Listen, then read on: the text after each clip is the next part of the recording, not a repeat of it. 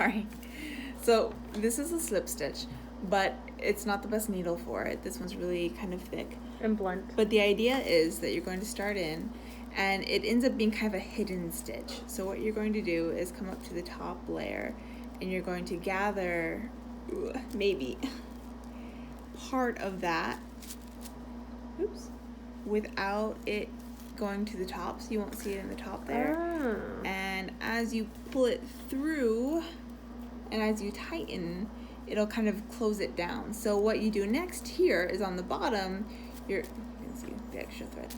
On the bottom, you're going to just do a stitch like that. Okay.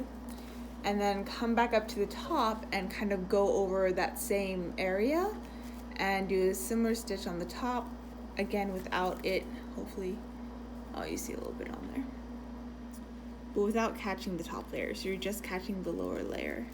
So this is a technique for when you have something folded over onto itself. It's like an invisible hem. Right, it's going to end up being an invisible hem. It's how you would close up pillows after you turn them right side out and stuff them. There's always that little section, instead of sewing them so you see like this kind of different edge than you would normally have.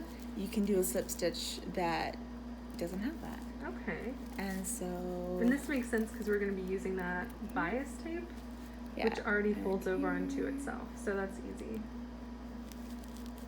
We just need to make sure we don't go through the top. And then again, it closes like that. Oh, that's such a cool technique. So. And then you won't really see it when you're looking on the top right here. Mm-hmm. Because it's kind of below and at this edge. So, but you can see like the second stitch you did. Like you've got an invisible stitch up here, and then we sort of can tell from the camera that this is the bottom stitch. Right, but you wouldn't. And then you go up, and then you go down, and you go up, and then you go down. So ideally, you wouldn't be able to see that.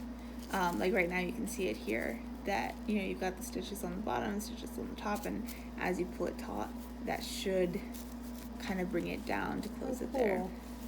So you see the extra thread just from starting the thread there. Okay. But, you know, you can even cut that off. You don't.